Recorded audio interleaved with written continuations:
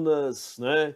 E todos aqueles que, né, de alguma forma tiveram acesso a esse bate-papo entre amigos também, né? Então, estamos aqui depois de uma semana, nós começamos a conversar sobre a pandemia e havíamos até prometido, né, fazer uma conversa mais alinhada também ao que está acontecendo no planeta.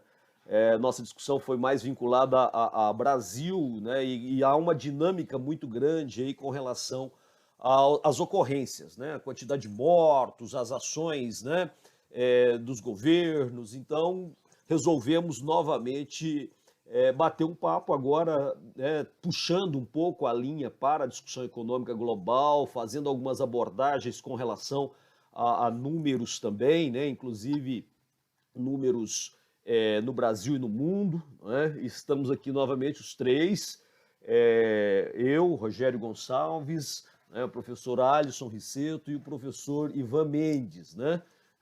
Novamente a discussão em torno dessa linha, né, muitíssimo preocupante, que é a linha vinculada aos impactos agora da pandemia sobre a economia, né?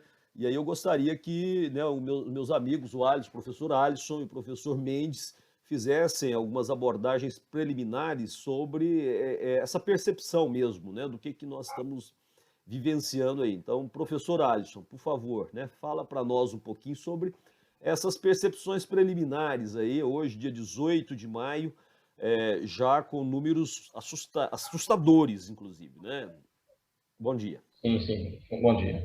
Bom dia, Rogério. Bom dia, Mendes. Bom dia a todos aí. Bom dia, boa tarde, boa noite, né? Aqui que vou assistir isso, independente do horário. Obrigado mais uma vez por a gente estar aqui, podendo participar dessa conversa. Sempre muito, muito bom, né, poder estar aqui. Bem, a gente está assistindo um quadro que, infelizmente, a curva continua em ascensão, de modo geral, né, no planeta. A gente para pensar os números, hoje a gente ultrapassa a casa dos 4.800.000 casos confirmados. São mais de 317 mil mortos já confirmados no mundo. Né? Isso são dados do final da noite de ontem, né? Então, de fato, são números assustadores. E, lamentavelmente, o Brasil não fica atrás, né? O Brasil já superou a casa dos 16 mil mortos. Nós falávamos na última live de pouco mais de 10 mil, 10.100. Hoje nós já temos 16.100 mortos. Então, em 8 dias, 9 dias da última live, nós tivemos aí mais de 6 mil mortos confirmados. Lembrando ainda, reforçando, de que o Brasil é entre os 10 piores países no mundo em termos de número de casos, né, maior quantidade de casos confirmados. O Brasil é o que menos testa. Então, esses dados, como o professor Mendes na última live bem lembrou, estão muito subestimados, né? Então, isso, na verdade, cria para a gente aí uma subnotificação preocupante. Pensando isso em termos econômicos, a gente vê o esfacelamento das principais economias mundiais. A Europa já apresentando sérios problemas econômicos, os Estados Unidos tendo aí uma previsão de queda do PIB assombrosa. Nunca se teve nos Estados Unidos um número tão grande de pessoas desempregadas, números de desemprego real nos Estados Unidos, que já falam de mais de 25% da taxa de desemprego, são números equivalentes à Grande Depressão dos anos 30. Né? Então, nos últimos 90, 80, 90 anos, esse número é assustador. Né? E é uma guinada muito rápida, né? Porque os Estados Unidos vinham de um crescimento da empregabilidade, uma diminuição da taxa de desemprego. Apesar de serem empregos precarizados, vinha percentualmente diminuindo. Né? E agora tem essa guinada abrupta em poucos meses, em 2, 3 meses aí, para um número assustador. Só nesses últimos dias, foram mais de 36 milhões de pedidos de seguro-desemprego nos Estados Unidos, número recorde. Se você traz isso para o Brasil, a situação não é muito diferente. Né? A gente tem aí uma situação de uma precarização da população. Lembrando que a crise econômica que a gente vive hoje, ela não é uma crise criada meramente pelo coronavírus, mas ela é uma crise agravada por ele. Porque essa crise socioeconômica já estava instalada antes. Ela já vinha de uma precarização das condições de vida da grande massa trabalhadora.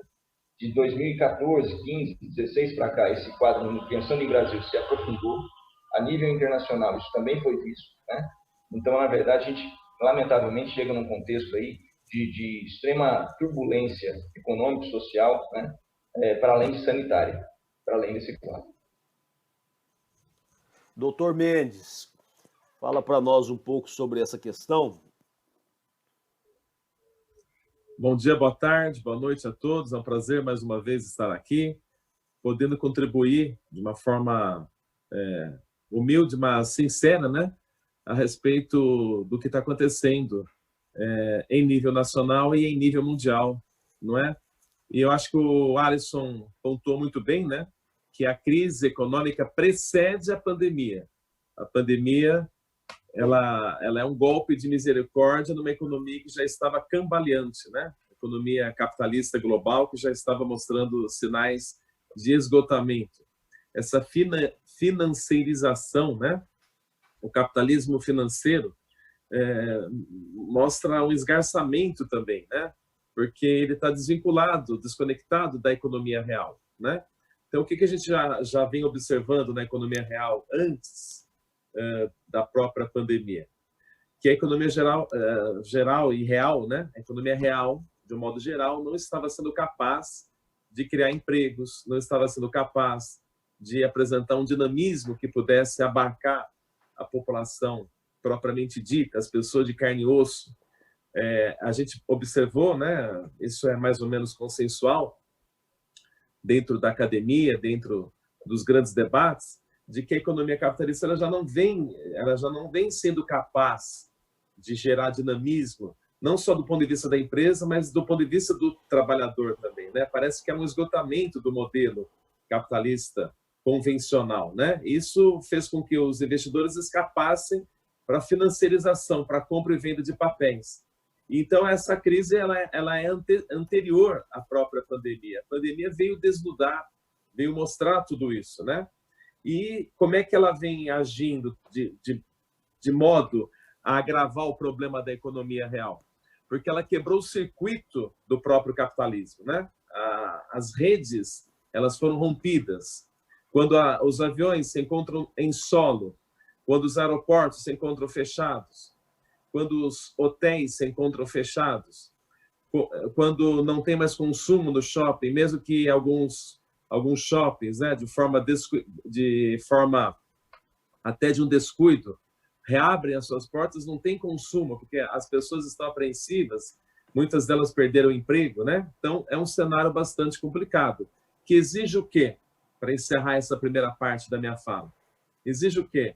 Uma postura contundente dos estados nacionais, no sentido de injetarem recursos, tanto nas empresas quanto nas pessoas. As pessoas vão ter que receber essa ajuda do Estado, seja as pessoas físicas, de carne e osso, sejam as empresas. Então, essa seria a minha análise preliminar. E eu vou pegar uma carona aí nessa análise, né? Eu acho que é extremamente importante, até por conta de que algumas pessoas não acompanharam esse debate, né, Alisson e Mendes, que a gente sempre insistiu, né? O Alisson comenta sobre essa questão também, né, da presença do Estado, né? O professor Mendes reforça a presença do Estado, e aí nós, né, na discussão que o Alisson faz sobre a questão econômica, sobretudo dos Estados Unidos, que é talvez o chamado carro-chefe da economia global a partir de 1945, né? E que acabou servindo como uma espécie de modelo para os outros países. Na verdade, essa espécie de modelo foi o que eles realmente idealizaram, eles construíram isso numa lógica, e essa lógica, que é a lógica da Guerra Fria, que é a lógica da bipolarização, que é a lógica da felicidade, a lógica da liberdade, a lógica do consumo, de um consumerismo excessivo, e isso acabou virando um modelo para muitos muito agradável, né? De certa forma é fascinante, a gente não pode negar isso, né? Professor Mendes falando agora de shoppings, né? Que estão fechados, inclusive, né? Eu diria que na perspectiva de formas geográficas, né, que é um conceito importante lá do Milton Santos, né, o grande templo atual das 2 últimas décadas ou 3 décadas é o shopping center, um dos grandes representantes do consumismo. Se a Bolsa de Valores é o grande representante de um capitalismo financeiro e informacional, nós temos um shopping que é o grande representante, o grande templo aí na forma geográfica atual, né, desse modelo. E é exatamente isso que nós temos que entender, né? Aquilo que foi construído durante o período da Guerra Fria, baseado na lógica neoliberal, de que o Estado ele seria descartável para muitos, né? Que ele não teria importância, que ele seria, os gastos estatais seriam, na verdade, um obstáculo ao desenvolvimento de uma economia capitalista, né, baseada em preceitos liberais. Então, a discussão preliminar nossa está vinculada a isso, né, essa discussão de âncora mesmo. O que os Estados Unidos, e eu vou comparar, como os colegas fizeram também, com 1929. 1929, talvez alguns técnicos, né, alguns analistas, alguns cientistas da economia estão dizendo que a crise atual ela chega a ser pior do que a crise de 29, que a crise de 2008 é muito pior, né? A crise atual ela é muito pior do que a de 2008. A 2008 já foi comparada com a de 1929. E nos Estados Unidos nós tivemos, né, para quem não lembra do debate aí que está nos ouvindo, a questão do keynesianismo, né? A questão da intervenção forte do Estado na ordem econômica, e que acabou, de certa forma, virando um modelo, e cada país, à sua medida, à sua necessidade, adotou o intervencionismo. O fato é que o intervencionismo trouxe garantias importantes para a população, né, no meio de um capitalismo que foi avançando ao longo da história, que acabou se tornando um tanto quanto perverso, à medida que suprime direitos, e nós buscávamos direitos. Então, o pós-guerra, ao mesmo tempo marcado por essa expansão da economia capitalista dos Estados Unidos, ele veio também marcado por algumas conquistas de direitos civis e políticos, direitos econômicos, direitos sociais, direitos transindividuais, como a grande novidade que tivemos foi a questão do meio ambiente, isso tem tudo a ver com a nossa discussão também. E a partir da década de 70, algumas mudanças pontuais na economia que nos trouxe a lógica de um neoliberalismo com o fim da Guerra Fria, né? Então, o fim da Guerra Fria trouxe para nós aí a emergência de um mundo mais marcado por uma onda neoliberal. Então nós estamos agora, vou até copiar um pouco do Fukuyama, né? Que Fukuyama falou naquele momento que a União Soviética havia desintegrado, que era o fim da história, que o mundo estava agora destinado a ser eternamente capitalista. E aí eu estou de novo no fim da história, né? Essa crise agora ela marca um ponto que eu vou plagiando Leonardo Boff. Eu estou agora no fim de um ciclo que a Terra, como organismo, como Gaia e não como teoria, né, de Gaia, mas como organismo vivo, ela está dando sinais de que o modelo capitalista predatório ele não consegue, né, sobreviver por muito tempo, porque a Terra vai dando sinais, né, e essa Terra envolve nós, 7,7 bilhões de habitantes. Então, e o anteparo que existe para isso é o Estado. O Estado é que pode, né, como a gente já percebeu na prática em 1929, a presença do Estado, em 2008 agora a presença do Estado para sanear a economia, agora de novo, né, a necessidade de um Estado com um sistema de saúde, com garantias fundamentais para que nós possamos enfrentar. Então, acho que o primeiro ponto que a gente elenca com a economia, que a economia, embora seja importante, ele não é o elemento mais importante, o elemento mais importante somos nós, seres humanos, com saúde, com vida, e o Mendes destacou muito bem essa questão, né, da economia paralisada ou em recessão, em que o Estado tem que dar um suporte para as garantias sociais, né? Então, não dá para pensar em Estado mínimo ou Estado fora, né? Eu tenho que pensar no Estado atuante. Então eu vou lembrar sobre isso. Então, acho que todo mundo que nos acompanha aí tem que fazer uma leitura sobre isso, né? E eu vou devolver a fala agora sobre uma matéria que saiu há alguns dias no G1, né? Para a gente retomar. E eu gostaria que fizesse essa abordagem também levando em consideração inicialmente o Brasil, né? E aí o G1 trouxe, né, na parte de economia, falando que a pandemia paralisa a economia. Isso é uma manchete, afeta cadeias globais de suprimentos, fecha fronteiras, derruba bolsas, cancela eventos do mundo todo e coloca países em recessão.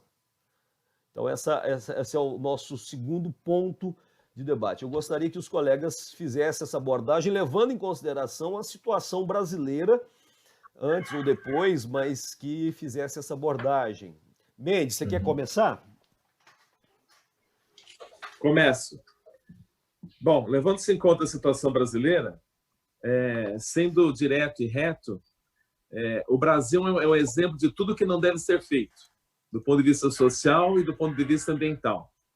Do ponto de vista social, um Estado que adotou um descaso extremo à condição humana.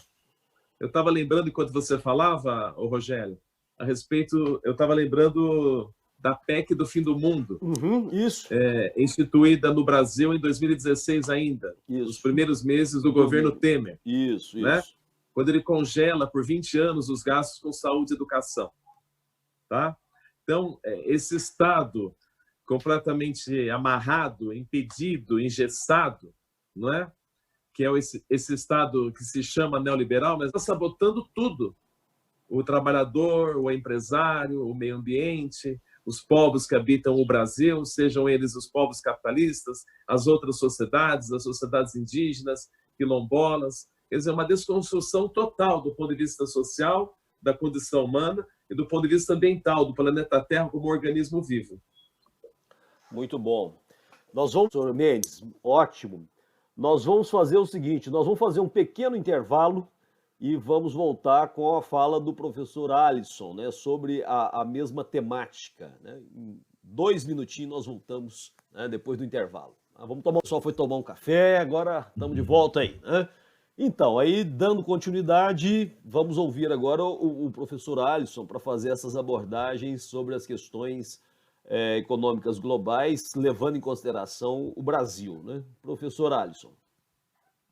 Bem, Rogério, fazendo aí uma conexão com o que vocês muito bem já levantaram, o resgate histórico que você fez, a observação do professor Mendes, é fundamental a gente entender como é que nós chegamos nesse panorama. Né? Na verdade, a partir dos anos 70, essa guinada do modelo de Estado, né, de um Estado de bem-estar social, de modelo keynesiano, onde havia ali uma preocupação em garantir, né, uma distribuição mais igualitária dos recursos, uma condição de sobrevivência mais digna, de modo mais equilibrado entre as diferentes classes sociais, para um Estado mínimo. Um Estado, em tese, segundo os defensores dessa política, né, um Estado que, na verdade, seja mais eficiente, um Estado mais leve, um Estado menos burocrático, mas que, ao mesmo tempo, se exime das suas responsabilidades, né, de ser mediador entre a relação capital-população. De lá para cá, a gente tem uma degeneração das condições de sobrevivência das classes trabalhadoras, né? A concentração de renda, a concentração de riqueza no mundo, se a gente observar os gráficos, ela veio aumentando nessas décadas, em alguns cenários mais, em outros menos, e os cenários menos problemáticos nesse aspecto são justamente aqueles que ainda conservaram traços de um Estado keynesiano, de um Estado de bem-estar social. Paralelamente a isso, o Estado neoliberal, a economia neoliberal, melhor dizendo, ela se baseia num consumo exacerbado, num consumismo doentio, onde muitas vezes o trabalhador não se dá conta, a grande massa não se dá conta, mas ela é induzida a consumir com um recurso que ela ainda nem possui, gerando um grau de endividamento, um grau de dominação do capital sobre essa parcela gigantesca da população, que, na verdade, ele é cruel, né? Ele é escravizador.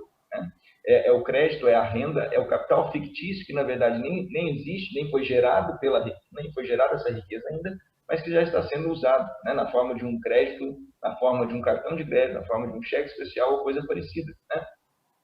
Isso gera uma dependência cada vez maior, um acorrentamento cada vez maior das pessoas a essa situação, que foi gerando um quadro de descontentamento, um quadro de insatisfação. Se nós pegarmos aí as manifestações mundo afora, antes da eclosão da pandemia, a gente olhava para a Europa, na França, por exemplo, né, os coletes amarelos, a gente olhava para a América Latina em convulsão em vários países do mundo. Nos Estados Unidos, apesar das decrescentes taxas de desemprego, as condições de trabalho muito precarizadas. a grande parte dos trabalhadores americanos, por uma série de limitações de direitos, de liberdades, acabavam não tendo condições de se manter de forma digna com os seus diversos trabalhos, trabalhando por hora, trabalhando 16, 17 horas por dia, né? Grande parte da população americana vivia essa realidade. Então já havia um descontentamento. Descontentamento esse agora ainda maior em função do quadro pandêmico. Então, quando a gente imagina o quadro do SARS-CoV, né, 2, né, do Covid-19, como você bem disse, pode ser um ponto de inflexão, sim. A depender do tempo de duração desse quadro de estrangulamento, de interrupção das cadeias produtivas, o circuito produtivo foi rompido, como o Mendes mencionou, e isso se dá muito em função dessa interdependência desse quadro, né, de conexão dos diferentes lugares, de conexão das etapas da produção. A depender do tempo de interrupção disso, o capital não tolera essas interrupções. Nós estamos vivendo, com certeza, um momento de grandes transformações, transformações de diversas ordens, de diversas escalas, e que certamente nos dará a necessidade de um Estado plenamente keynesiano, mas um novo modelo de Estado, contrariando a profissão de fé que foi feita no Estado neoliberal. Se o Estado não toma as rédeas da situação agora, a iniciativa privada não o fará. Não fará, até por uma questão de limitações. Quando a gente olha, por exemplo, a questão dos fluxos, que é a essência desse modelo produtivo capitalista globalizado, especialmente nos últimos 40 anos, muito baseado na ideia do estímulo ao consumo, o consumismo, a ideia de você criar pessoas que não pensam em outra coisa a não ser no ter, no consumir, né, no ter os bens materiais, ele depende necessariamente de uma cadeia complexa, de uma conexão entre diferentes lugares do mundo. E essas conexões dessa vez estão interrompidas. A maior companhia de aviação, o Canadá, por exemplo, fez uma demissão em massa nos últimos dias, dizendo que ela acredita num mundo muito diferente daqui para frente. Um mundo muito mais virtual, muito menos material, em termos de dinâmica, de deslocamentos, de fluxos. E isso nos leva a pensar em dois efeitos que são também uma escala, digamos que microeconômica e uma escala macroeconômica. Quando eu penso na relação, por exemplo, entre as classes sociais, parece estar surgindo uma nova divisão de classes, entre os que precisam se expor ao risco da contaminação e da morte, e aqueles que podem pagar para não se expor. Você tem uma precarização de uma grande parcela da sociedade que já vinha acontecendo, que coloca uma multidão de pessoas em uma condição de ter que se submeter à exposição ao risco. É o entregador, é o trabalhador informal, é o trabalhador da área médica, que muitas vezes também vive em condições precarizadas, especialmente os quadros de enfermeiros, de técnicos de farmácia e outras pessoas que estão ligadas a essa área. Né? É o usuário do transporte público coletivo. Transporte público, né? Então você tem parece a formação de duas novas classes aqui. Aqueles que precisam se expor para sobreviver e aqueles que podem pagar para não se expor, explorando o risco desses outros. Numa escala macro, quando a gente pensa nessa cadeia produtiva global, a tendência que se percebe, pelo menos de imediato, que reflete a longo prazo, é a ideia de uma reespacialização das cadeias produtivas, no sentido de você aproximar novamente essas cadeias, tornando menos dependente de outras áreas. As cadeias de insumo, como você bem destacou na matéria do G1, ela foi interrompida sim. E à medida em que não se pode, né, produzir e estimular o consumo no ritmo desejado pelo capital, que não tem compaixão, que não tem piedade, que não tem princípios nem escrúpulos. A verdade é essa. A única entidade capaz de dosar a relação população-capital, trabalhadores-capital é o Estado. Então, na verdade, à medida em que você tem essa ruptura desse circuito, o capital se desvaloriza. E os donos desse capital, as grandes transnacionais, os grandes conglomerados do setor financeiro, vão desejar, de uma forma ou de outra, a retomada dessa produção. Mas essa retomada, nesse momento, significa um risco de milhares de pessoas. Risco de morte, inclusive. Então, na verdade, nós estamos tratando aí de um momento de inflexão extremamente complexo e que pode ter implicações, inclusive, geopolíticas duradouras. A gente pode estar diante de um ponto de mudança mesmo, de guinada nesse cenário. Com relação à mudança, eu acho que está visível, né, que nós tivemos aí nós estamos falando de fim de capitalismo, não é isso que estamos comentando, né? Lembrando bem que a transição do feudalismo para o capitalismo foi extremamente longa, a transição. Né? 4 séculos. Então o modo de produção ele não se esgota instantaneamente, ele não acaba imediatamente e começa outro na sequência, né?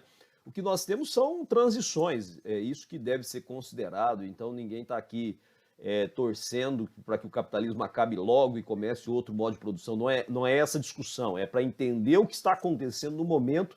E eu vejo uma transição de um modo de produção, de um modelo capitalista, como eu falei há pouco, perverso, né? E tanto Mendes quanto Alisson, né, fizeram abordagens também nesse sentido, desse capitalismo perverso, que eu levaria uma palavra comum, né, que é um modelo insustentável. Né? Esse modelo ele é insustentável, como eu disse há pouco sobre a questão do modelo, né? O Leonardo Boff entra nessa discussão de que a Terra não está aguentando, ela está dando o retorno, né? Os impactos gerados por nós, seres humanos, por meio de um modelo capitalista, né, extremamente produtivista, vinculado a lucro e renda, sem pensar efetivamente no ser humano, tem trazido essas consequências para nós na forma de mudanças, né,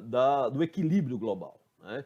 E o vírus é mais um episódio desse impacto. Então, assim, acho que precisamos repensar o que estamos fazendo com o planeta, a maneira como estamos fazendo, né, que esse modelo capitalista realmente ele é insustentável, porque nós estamos produzindo muito além daquilo que necessitamos e o que é pior, muito além do que necessitamos, e temos muitas pessoas em situação de colapso, como o professor Alisson acabou de falar.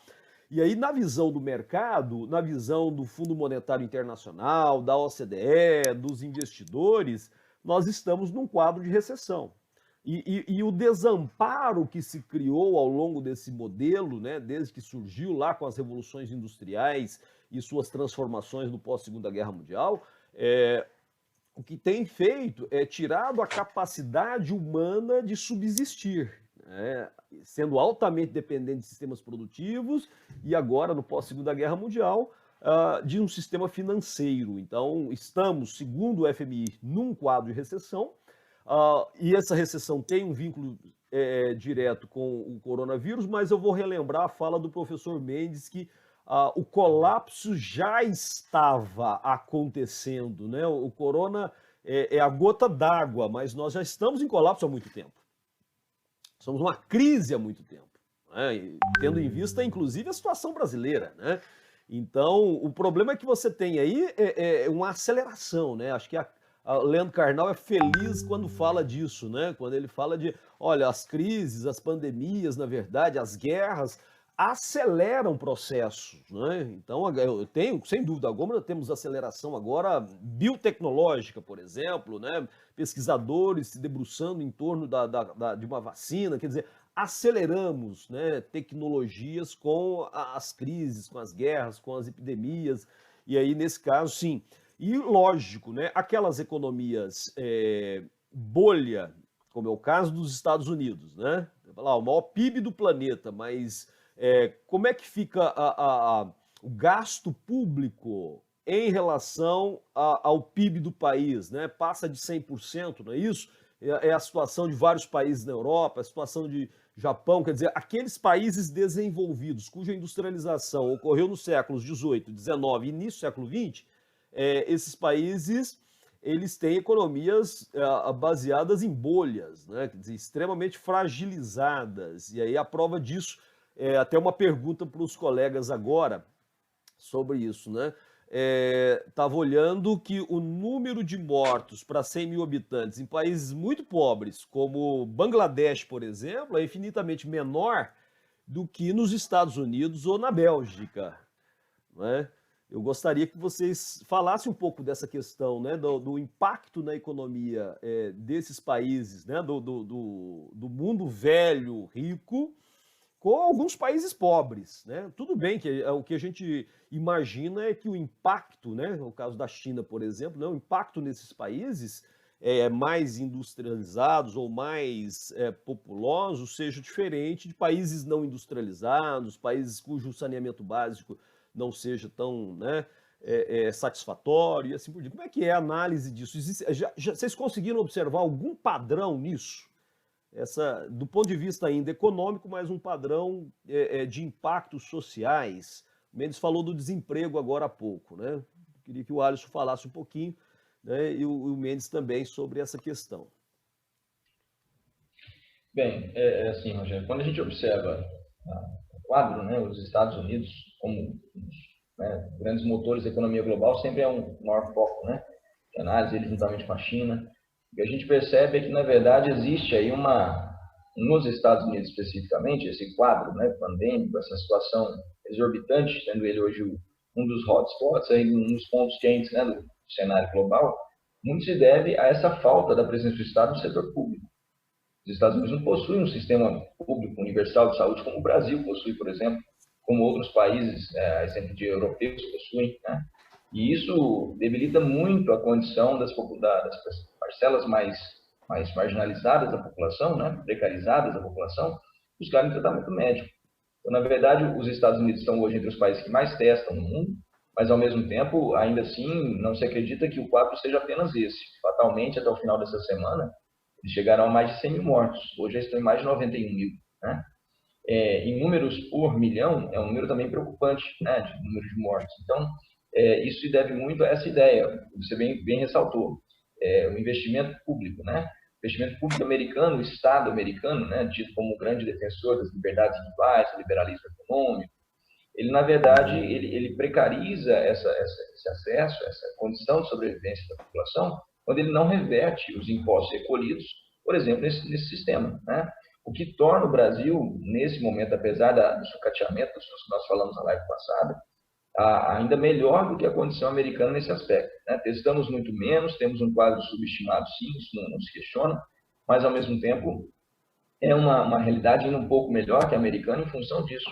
Da possibilidade da pessoa ir até um posto de saúde, até uma UPA, e até uma unidade de atendimento básico, e receber ali pelo menos os primeiros tratamentos, o primeiro contato com um profissional de saúde, coisa que nos Estados Unidos custa muito caro, e a esmagadora maioria da população trabalhadora, a classe C, a classe D, né, não busca esse tratamento por não conseguir arcar com esses custos financeiros. Então, você tem essa precariedade. Em outras situações também, é importante observar que esses países, né, digamos que centrais, ou mesmo os países protagonistas da economia, também têm uma conexão maior com o processo produtivo global.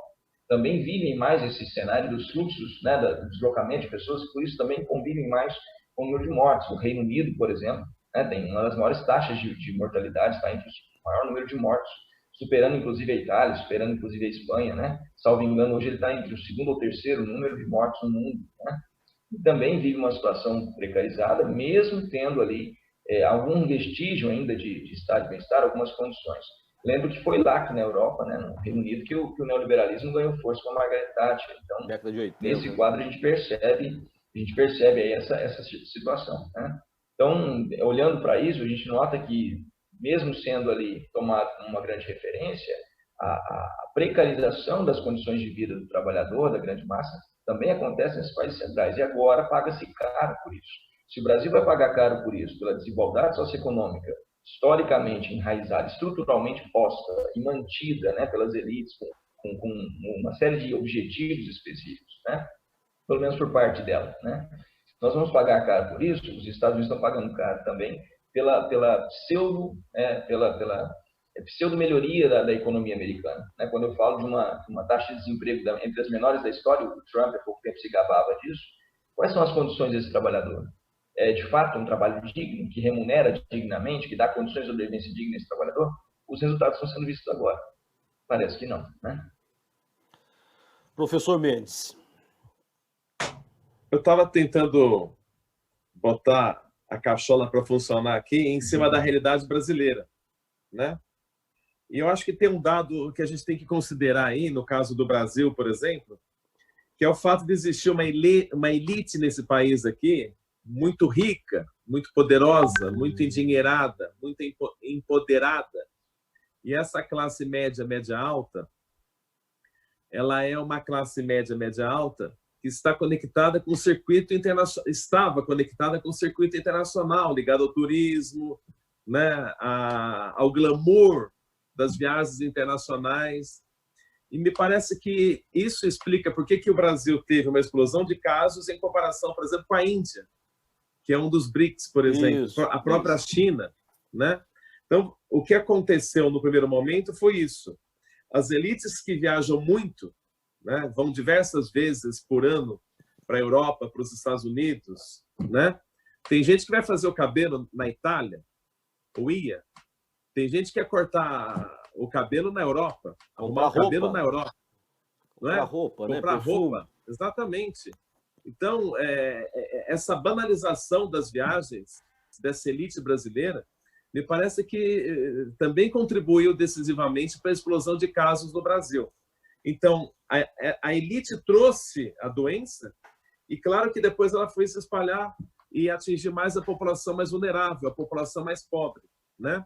Na primeira live eu havia dito sobre Manaus. Eu corrijo o percentual aqui de casas que não têm acesso ao saneamento básico, né? É 87% da cidade de Manaus não tem saneamento básico, né? Brasilândia, em São Paulo, é um dos bairros mais infectados, né? Quer dizer, quem é o morador da Brasilândia? É quem trabalha para a elite, do outro lado do rio Tietê. O que fica do outro lado do rio Tietê? Pinheiros, Pompeia, Perdizes, Água Branca, Higienópolis, né? Então, a população mais abastada trouxe o vírus das suas viagens para a Europa e Estados Unidos, e esse vírus acabou atingindo as populações mais pobres e vulneráveis do nosso país. Então, o que esse vírus ele desnuda aqui no nosso país? Uma brutal desigualdade social, né? Ela é absolutamente obscena, essa desigualdade social, obscena. Então, ela desvendou um Brasil completamente medieval, de um lado, não é? Que contrasta com o Brasil integrado ao circuito internacional do turismo, das viagens, dos eventos, né? Então, essa contradição, essa simetria brasileira, me parece que veio à tona de forma escandalosa. O Brasil hoje ele é visto com perplexidade pelo mundo todo e pelas pessoas um pouco mais lúcidas do próprio Brasil.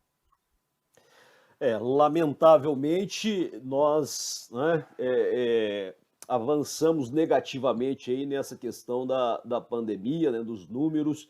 Estamos, infelizmente, entre os primeiros colocados, né, em mortos e disseminação aí desse vírus. E o que o professor Mendes comentou agora é simplesmente, em primeira instância, né, assustador, mas é a grande realidade, né? Quer dizer, é uma doença trazida pela elite que viajava, né? Você pode perceber alguns países que não têm aí a incidência do vírus, são países mais isolados, né? Então, obviamente, a banalização do circuito aí de viagens, o que eu diria um dos eventos da globalização, né? A globalização ela chegou em níveis de velocidade muito interessantes, né? Quer dizer, com a virtualização você tem a circulação de capitais, circulação de informações, uma coisa absurda, né? Velocidade da luz, né? O dinheiro está circulando pelo mundo. E o que é mais curioso é que essa velocidade também chegou às pessoas, né? Você imagina que nas primeiras fases da globalização, aí, a partir da expansão marítimo-comercial, era uma coisa esquisita, estranha, né? Inimaginável para nós como que nós poderíamos ter aí uma caravela saindo da Europa e chegando aqui na América, né? Então, seriam semanas, meses, né? Com o advento do avião, isso ficou muito mais acelerado, né? Mas acelerado também ficou o contato entre as pessoas. Então, nós temos mais pessoas circulando o mundo afora a partir do momento que eu tenho revolução aí nos transportes e tudo mais, e o avião é um grande representante disso, né? Então, após eu diria aí, as últimas décadas do século XX, o número de voos e o número de pessoas circulando o planeta fora aumentou de forma substancial, que aumentou o contato com as pessoas. Então, isso torna a população mundial frágil na medida em que mais pessoas estão circulando de avião, né? Mas aí, quem é esse que está circulando de avião? Embora tenha uma certa popularização, acho que o que o Mendes coloca é exatamente isso, né? O sujeito que viaja, é o sujeito de uma elite, ou pelo menos aquele que se acredita da elite, né? Porque o Alisson falou de uma questão também de gasto, né? Em gasto que o cara não tem, né? Que a pessoa não tem. Então, muitas vezes ele até não é aquela elite, né, Mendes? Mas ele está comprando aquela passagem em 24 parcelas, né? Juntando milhas e juntando as economias para poder fazer o cabelo lá em Milão, né? Para comprar um sapato em Nápoles, para fazer compras em Nova York ou Miami, né? Para se sentir um pouquinho da elite também, né? Tem esse problema aí. E é essa Sim. pessoa que veio para o Brasil, né, voltou ao Brasil trazendo lá o vírus. Isso é um dos efeitos da globalização. Essa rapidez de deslocamento de pessoas, né, para efeitos de contaminação é uma coisa absurda, é rápido demais.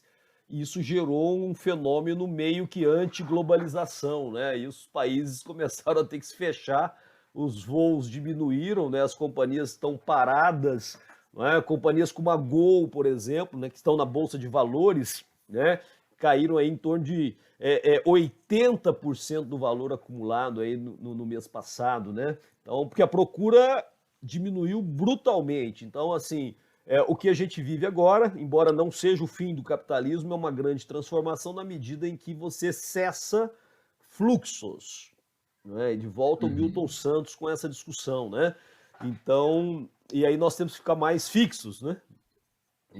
Nessa coisa de isolamento, de lockdown, entre outras coisas. Então, eu acho que aquela velocidade toda da globalização, né? Alguém comparou aí o capitalismo globalizado com um ônibus ou um trem em altíssima velocidade sem motorista, né? E agora, de alguma forma, algum mecanismo está entrando no freio desse capitalismo acelerado, né?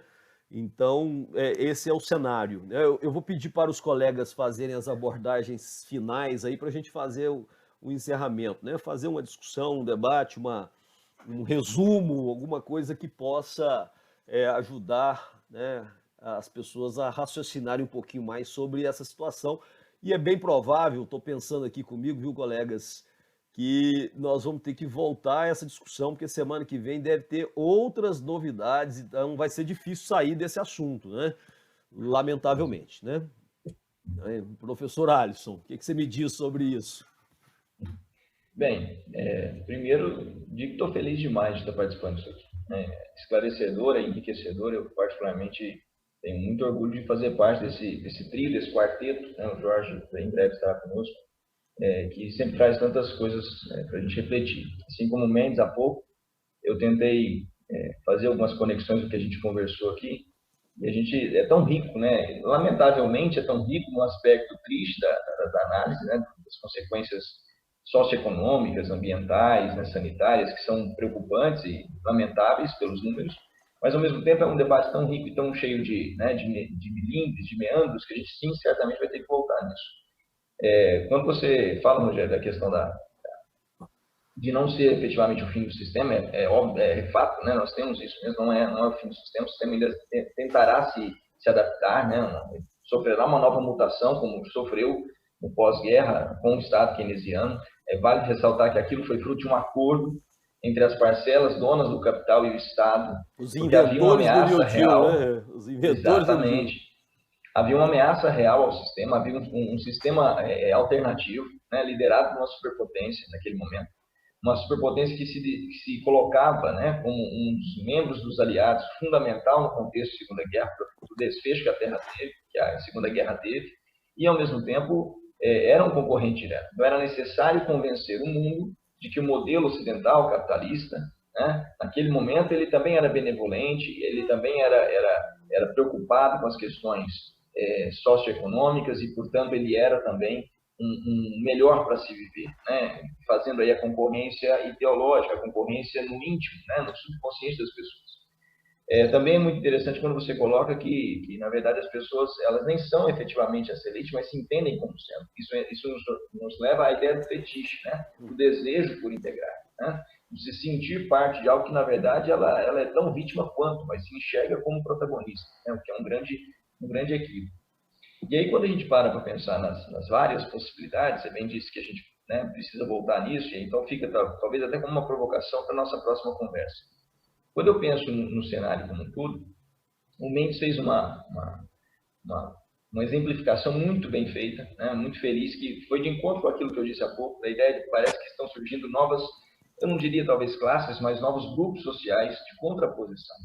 Parece que há uma repaginação na luta de classes, onde de um lado você tem aqueles que trouxeram, que iniciaram esse quadro pandêmico, que buscaram isso no exterior e trouxeram para cá e que lamentavelmente agora disseminaram isso entre os mais pobres, entre os marginalizados do sistema.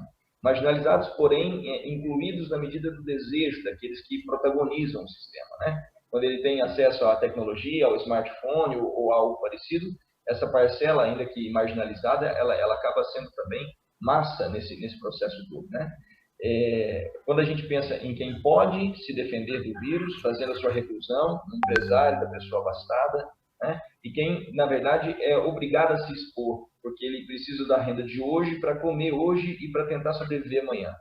Então, você tem um afunilamento desse tensionamento no tecido social. E isso pode nos levar, somado a outros processos, a exemplo da ampliação da automação das cadeias produtivas, essa é uma tendência, da virtualização das relações cada vez maior. Lembrando que essa virtualização ela está nas mãos de alguns poucos conglomerados empresariais transnacionais. Você pensa aí na Apple, na Google e outras, na Microsoft, em outras empresas que dominam esse setor, das redes sociais, dos aplicativos, esses pequenos apps aí de equipamentos eletrônicos, na verdade, em última instância, dependem de grandes plataformas que estão nas mãos desses conglomerados. O que eles pensam disso, O Cuomo, o governador de Nova York, ele já chamou o Bill Gates e outras figuras do setor financeiro e tecnológico para pensar um novo modelo de educação para Nova York. Então, a gente pensa isso também, isso vai gerar um cenário futuro. E a questão da diminuição da empregabilidade, porque se eu tenho um aumento da automação, se eu tenho um necessário rearranjo das cadeias produtivas, a tendência é que eu tenha uma diminuição do emprego, mas sem emprego não há consumo. Como é que a gente vai equilibrar isso? Isso nos leva a esse ponto de mudança, de necessária transformação. Então, assim, é um cenário muito rico, uma série de abordagens possíveis, e certamente nós vamos precisar retomar isso numa próxima conversa. Fica aqui meu agradecimento, fica aqui a minha ansiedade até para que nós falemos disso na próxima oportunidade. Então tá, nós temos mais aí 5 minutinhos, O professor Mendes vai fazer aí as considerações finais de hoje, Só de hoje, porque depois tem mais, viu, Mendes? Tá ok, vamos lá. Então, pessoal, é o seguinte, eu acho que, apesar de toda essa guinada, que parece que vai se avizinhando aí, vai se aproximando uma guinada até do ponto de vista do paradigma, do comportamento humano, e se é que vai existir realmente essa guinada ou não, eu acho que eu ainda insistiria na questão brasileira, Só para dar um dado, onde que eu quero chegar com essa questão brasileira? Os últimos números apontam que 3 milhões de brasileiros simplesmente não existem, porque não tem sequer um RG. 3 milhões. Exato. Eu também não confio nesse número, porque a situação do país é tão complicada que não dá para confiar nos números. Isso. Mas certamente existem milhões de brasileiros que nunca tiraram RG, não tem CPF, não tem documento, Não tem documento. Outra coisa que vale a pena a gente considerar. Oi? Completamente excluídos, Então, pessoas completamente excluídas não têm sequer um documento de identificação.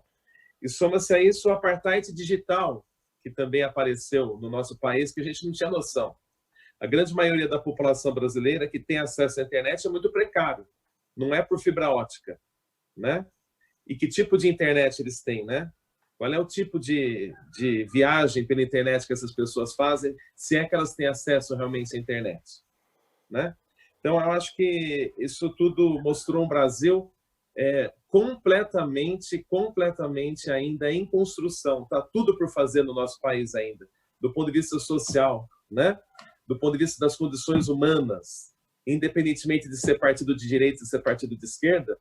Eu acho que o Brasil ainda tem que fazer a lição de casa, Quer dizer, trazer para a realidade concreta, digital e humana, a condição humana ainda não foi ainda garantida no nosso país. Grande parte da população brasileira não tem ainda as mínimas condições humanas dignas para se viver. Então, um país que mostra para o mundo, né, uma desigualdade absolutamente assustadora, que eu acho que a gente vai ter que voltar realmente a discutir nas próximas conversas que a gente tem que ter. Eu encerro aqui, mais uma vez, agradecendo essa participação e dizendo que é um orgulho poder estar ao lado de vocês, debatendo, aprendendo e questionando, né? E vendo alternativas, buscando, enfim, um Brasil melhor e um mundo melhor. Muito bom, professor Mendes, professor Alisson. E quem nos assiste, pensamos em discutir essa temática em 3 vezes, mas a situação que o mundo está caminhando, e sobretudo o Brasil, né? Eu acho que concordo com o Mendes, temos que insistir com o Brasil em todos os aspectos, seja para fazer uma radiografia do que está acontecendo, e também entender para poder agir, né? E, lamentavelmente, não temos muitas condições de ação direta, né? Porque estamos dentro de um país, como eu disse, acéfalo, na verdade, né? A palavra talvez seja essa, sem atitudes, né, que sejam positivas no sentido de resolver problemas, né? Parece que as pessoas que estão no governo só estão piorando a situação que a pandemia tem nos trazido, né? Porque já é um problema, né? Se você tem um governo proativo, né? Pessoas que estão agindo de fato e vão enfrentar uma situação de pandemia, não é uma tarefa fácil, não é uma tarefa simples, né? Mas se essa pessoa, se esse corpo, né, político não está interessado, né, em combater os problemas, a situação piora muito, né? É isso que nós estamos vendo no Brasil. E em nome disso, nós acreditamos que vamos ter que ficar mais tempo aí com esse debate, com essa discussão em torno do coronavírus. Na próxima semana, então, nós estamos aí convocados para mais um debate, mais uma conversa sobre tudo isso que está acontecendo e mais aquilo que está por vir aí, né, nós teremos mais episódios, lamentavelmente, durante essa semana, tá? Então, eu também agradeço, né, a participação dos amigos, fico extremamente, né, satisfeito aí em poder participar e debater com pessoas que gosto muito, que são extremamente competentes e que só têm a contribuir para a ciência, para o conhecimento de um modo geral, né? Então, até semana que vem, gente. Um abraço, muito obrigado.